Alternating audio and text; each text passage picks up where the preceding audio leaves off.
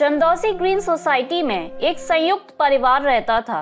उस परिवार में हेमा और रेखा दो जेठानियां रहती थीं। दोनों की एक एक बेटियां थीं। हेमा की बेटी का नाम था कंगना और रेखा की बेटी का नाम था भूमि। हेमा की बेटी कंगना दिखने में बहुत सुंदर और गोरी चिट्टी थी और वहीं रेखा की बेटी भूमि का रंग सांवला और चेहरे पर बहुत सारे दाग धब्बे थे। लेकिन हेमा और रेखा दोनों अपनी अपनी बेटियों से बहुत प्यार करती थीं। रेखा के पति अशोक की मृत्यु कुछ साल पहले ही हो चुकी थी। रेखा दूसरों के घरों में साफ सफाई का काम करके जैसे तैसे अपना समय काट रही थी। लेकिन रेखा ने अपनी बेटी भूमि को कभी किसी चीज की कोई कमी नहीं होने दी। ऐसे ही धीरे धीरे रेखा और उसकी बेटी भूमि अपना समय काट रहे थे, लेकिन होने को कुछ और ही मंजूर था। रेखा जब लोगों के घरों से साफ सफाई का काम खत्म करके लौट रही थी तो उसकी एक कार दुर्घटना में मृत्यु हो जाती है। भूमि अपनी मां रेखा की मौत की खबर सुनकर बुरी तरह रोने लगी। माँ, आप मुझे इस तरह छोड़कर नहीं जा सकती। आपके सिवा मेरा इस दुनिया में है ही कौन। पापा भी कुछ समय पहले छोड़कर चले गए। उठो माँ, उठो, मैं आपके बिना नहीं रह पाऊंगी। मुझे भी अपने पास बुला लो माँ। भूमि को रोता देख हेमा गुस्से से बोली, चुप कर मनहूस, अपनी माँ को तो तू खा गई। अब इस तरह रोने से तेरी माँ वापस नहीं आने वाली। अब तेरी माँ का अंतिम संस्कार भी मुझे ही करना पड़ेगा। एक तो पहले से ही पैसे की इतनी तंगी है और ऊपर से अब तेरा खर्चा भी मुझे ही उठाना पड़ेगा, मनूस कहेंगी। ऐसा कहते हुए हेमा भूमि को कोसने लगी।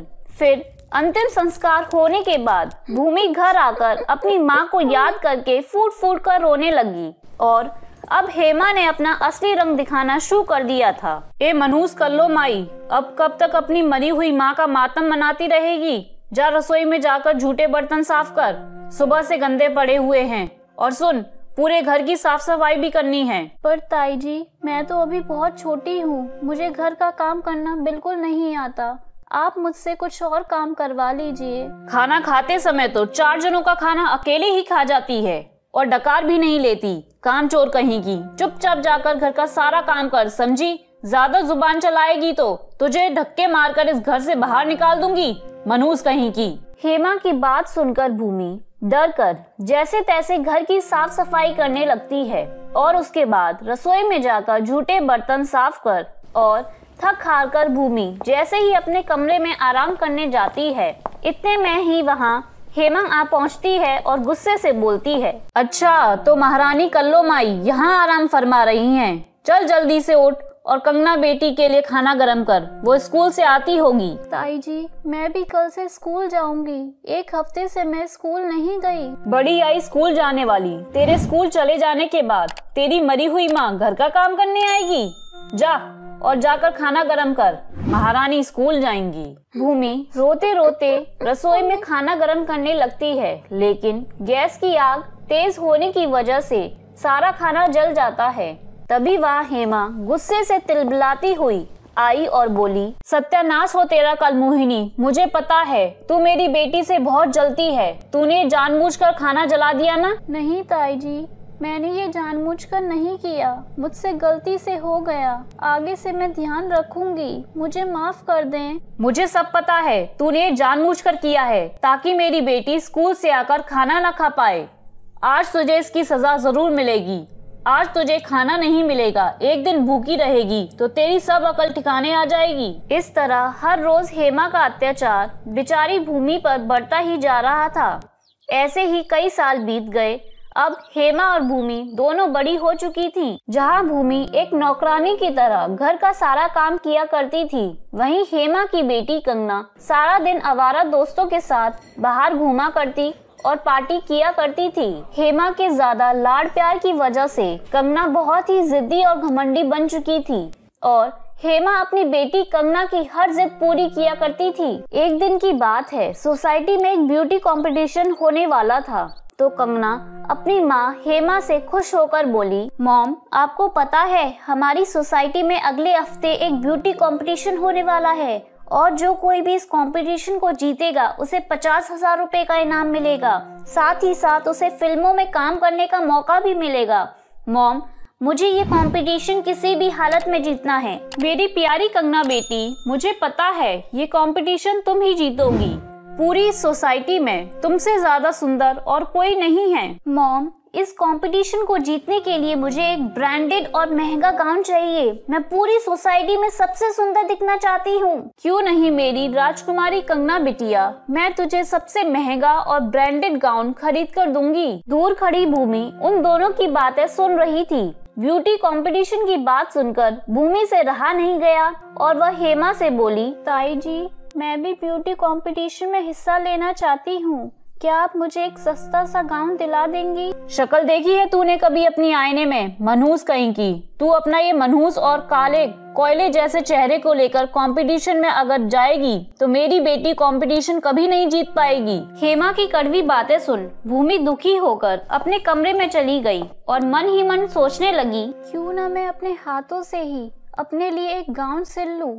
बक्से में माँ की लाल कलर की साड़ी रखी है, उसी साड़ी में से अपने लिए गाउन तैयार कर लूंगी। ऐसा सोचकर भूमि ने माँ की पुरानी सिलाई मशीन से दिन रात कर एक अपने लिए बहुत ही सुंदर गाउन सिलकर तैयार कर लिया।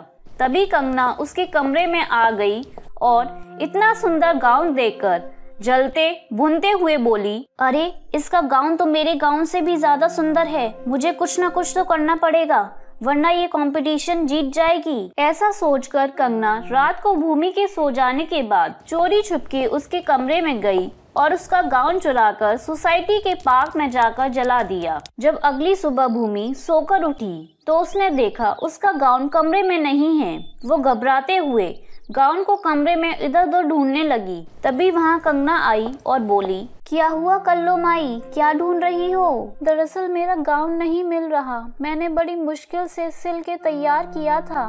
तुमने कहीं मेरा गाउन देखा क्या? अच्छा वो गाउन, हा, वो तो मैंने जला दिया। तू मेरी बराबरी करना चाहती थी, अब देखती हूँ तू बिना गाउन के कैसे कंपटीशन में हिस्सा लेती है। कंगना की बात सुनकर भूमि रोते हुए घर से दूर पार्क में जाकर बैठ गई। अब मैं क्या करूं? मैंने बड़ी मुश्किल से माँ की साड़ी से अपने लिए एक गाउन तैयार किया था, लेकिन कंगना ने मेरा गाउन जला दिया। अब मैं ब्यूटी कंपटीशन में हिस्सा नहीं ले पाऊंगी। ये कहते हुए भूमि रोने लगी।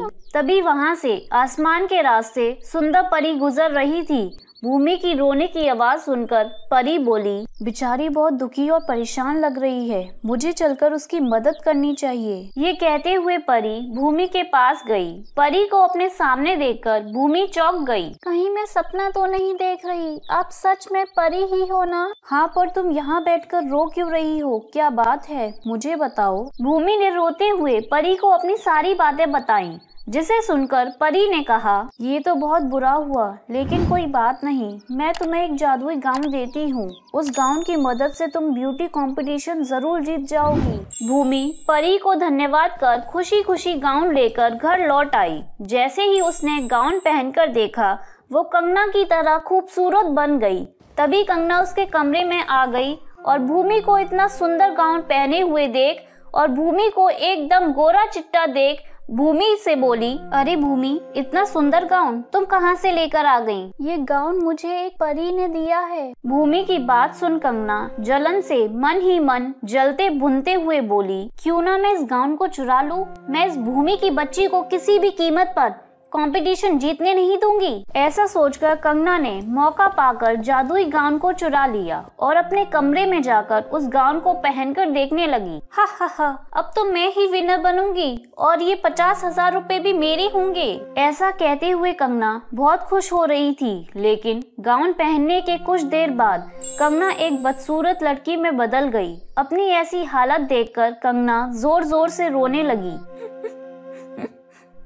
अरे मैं काली और बदसूरत कैसे हो गई? अब मैं इस कंपटीशन को कैसे जीतूंगी? ये कहते हुए कंगना रोए जा रही थी। तभी जादुई गाउन में से आवाज आई, ये तुम्हारे किए की सजा है लालची लड़की। तुमने बेचारी भूमि पर बहुत अत्याचार किए हैं, इसलिए अब तुम हमेशा ऐसी ही रहोगी। ये सुन घबराकर जादुई गाउन को उतार फेंका और अपने किए पर पछताने लगी। वहीं दूसरी ओर भूमि जादुई गाउन के जादू से ब्यूटी कंपटीशन जीत जाती है और साथ ही उसे 50,000 रुपए का इनाम भी मिलता है। भूमि ने इनाम में मिले पैसों से अपनी माँ के नाम से एक छोटा सा विद्या आश्रम खोला। इतना ही नहीं, भूमि को फिल्मों में काम करने का मौका भी मिला। धीरे धीरे भूमि सफलता की सीढ़ियां चढ़ती जा रही थी। इस तरह भूमि की जिंदगी जादुई गाउन की वजह से बिल्कुल बदल जाती है और वह हंसी खुशी अपना जीवन बिताने लगती है। तो मेरे प्यारे दोस्तों, कैसी लगी आपको मेरी ये कहानी? मुझे कमेंट करके जरूर बताएं और इसे अपने दोस्तों के साथ शेयर करें। और हाँ दोस्तों, अगर अब तक आपने मेरे चैनल को सब्सक्राइब नहीं किया है तो जल्दी से नीचे वाला बटन दबाकर सब्सक्राइब कर लें। तो मिलती हूँ मैं आप सभी से फिर एक नई कहानी के साथ। तब तक आप अपना ध्यान रखें। बाय बाय दोस्तों।